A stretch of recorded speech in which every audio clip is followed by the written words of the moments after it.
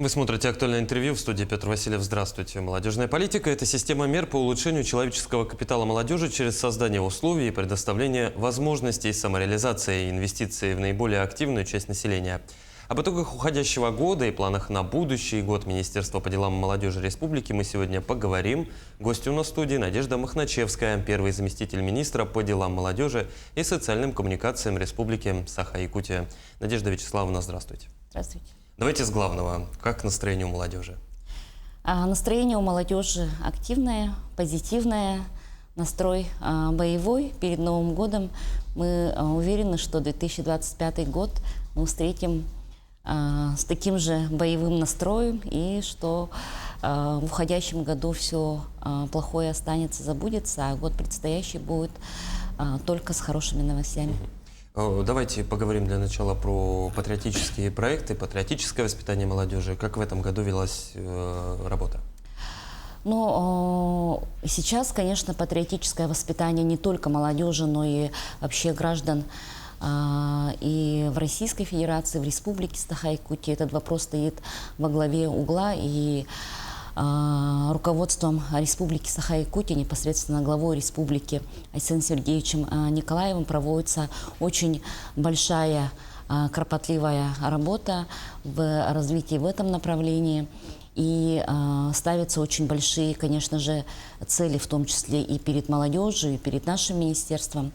Но мы знаем, что вся нормативная правовая база на сегодняшний день в нашей республике, она существует. Это и закон о патриотическом воспитании, принят в Республике Саха-Якутия еще в 2022 году, где определены 7 основных направлений патриотического воспитания. То есть мы сейчас четко понимаем, что патриотическое воспитание, она реализуется и через спорт, и через духовно-нравственное воспитание, есть и через средства массовой информации, есть и военно-патриотическое направление. Ну и в 2023 году был учрежден координационный совет по патриотическому воспитанию, который возглавляет глава Республики Саха-Якутия, сам непосредственно. Он по плану работы, конечно же, периодически рассматривает актуальные вопросы и принимает соответствующие решения, чтобы, если есть какие-то проблемы, то разрешить их, вопросы в этом направлении. И в прошлом году у нас был утвержден единый план патриотических мероприятий. Это такой опыт нашего тоже субъекта, он уникальный, что в едином плане патриотических мероприятий мы стараемся скомпоновать все те направления, они не только мероприятийного характера, но и основные направления, основную работу, которую мы должны достичь. В прошлом году глава Республики Саха-Якутия, когда в своем послании озвучил, что координация патриотического воспитания должна быть единая, и мы должны ставить перед собой единую цель, и все органы исполнительной власти, все, кто задействован в этой работе, органы местного самоуправления, государственные, муниципальные учреждения, некоммерческий сектор должны двигаться в одном направлении. Вот это сейчас, на сегодняшний день, наша главная задача. Ну вот говоря о патриотическом воспитании, свою лепту вносит и Юнармия, проект федеральный, причем очень популярный у молодежи. Как запланирована работа в следующем году? Можно ли будет вступить и что для этого самое главное нужно будет сделать? Для этого самое главное желание у молодых людей. В ряды Юнармии, конечно же, можно вступить, и можно вступить со школьного возраста до 18 лет. Это действительно очень хороший проект, который нацелен не только на военно-патриотическое воспитание, он и развивает и таланты ребят, и какие-то спортивные навыки, И в ряды юнармии, конечно же, можно вступить. Это делается достаточно просто. Посредством приложения направляется заявка. Заявку штаб региональный рассматривает, ну и, соответственно, уже приходит... Принимает решение. Да, принимает решение. И необходимо отметить, что более 8 тысяч юнармейцев уже в рядах этого движения в Республике Саха-Якутия. Значительная цифра молодых юнармейцев. Надежда Вячеславовна, еще одно важное событие в сфере молодежной политики в уходящем году – фестиваль «Мусустар», который уже стал традиционным. Как он прошел в этом году, основные его итоги и какие самые главные были новшества от предшественников? Действительно, фестиваль «Мусустар», он затрагивает не только наше министерство, да, как министерство, которое курирует молодежную политику, туда подключаются все заинтересованные, в том числе и муниципальное образование. Но вообще цель такая, чтобы этот фестиваль дал возможность каждому молодому жителю, который проживает на территории Республики Саха-Якутия, дать возможность себя реализовать и показать посредством участия на данном фестивале. И с каждым годом у нас охват молодежи, он становится все больше. Мы охватываем достаточно большое количество молодежи. И в прошлом году, например, 35 районов из городских округов, но имеется в виду только один район из 36 у нас не смог принять участие. И возможность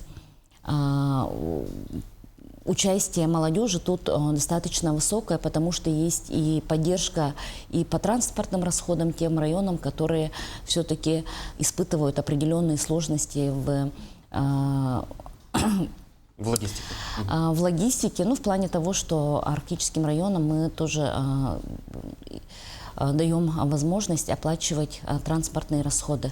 Эти арктические районы из года в год побеждают, насколько я знаю, на фестивале, да, хотя бы занимают высокие места. Там у нас есть две такие основные номинации. Это лучший муниципальный район городской округ и лучший муниципальный арктический район. И 2 года подряд у нас выигрывает Булунский район. Ну, мы говорим, что, конечно, молодежь у нас по статистике на территории арктических районов вообще превышает среднероссийские показатели, но и среднереспубликанские показатели. 34% от всей численности населения арктических районов занимает молодежь. Поэтому... Самый молодой арктический район, да, это Булунский, получается? Ну, самый молодой и активный на сегодняшний момент. В следующем году мы будем проводить уже в 5-й раз молодежный фестиваль «Мусустар». Он пройдет у нас в конце марта. Сейчас мы уже начали вовсю подготовку. В этом году, до конца года, мы должны все положения довести до наших специалистов, до глав муниципальных районов, чтобы мини-фестивали у себя с начала года уже начали на местах проводить. То есть как парад фестивалей получится? Да, мини-фестивали проводятся в районах республики, соответственно, финалисты приезжают в город Якутск и уже знакомиться. И, конечно, идут конкурсы, но главная наша цель – это то, что молодые люди у нас делятся своим опытом, знакомятся, и могут в дальнейшем сотрудничать. Ну и самое главное, общаются. Да, я думаю, конечно. В современном мире качественное общение превыше всего. Надежда Вячеславовна, давайте поговорим про психологическую поддержку населения. Какая работа в этом году велась? Один из основных блоков деятельности нашего министерства является, конечно же, работа Центра социально-психологической поддержки семьи и молодежи. Она очень большая, масштабная и достаточно серьезная, можно сказать, да, если так можно выразиться. Вообще, сейчас основным направлением деятельности нашего министерства, конечно же, является поддержка участников и семей участников специальной военной операции. Мы все знаем, что 24 февраля началась специальная военная операция, и с 1 марта 2022 года наши психологи уже присоединились к этой работе и непосредственно начали работу в этом направлении.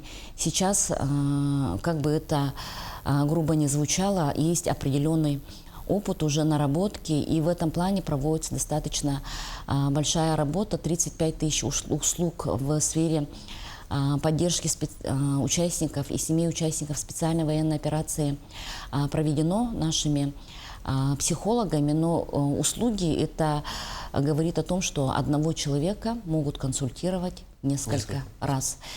И сюда входит также сопровождение, консультирование специалистов, которые работают с участниками и семьями участников специальной военной операции.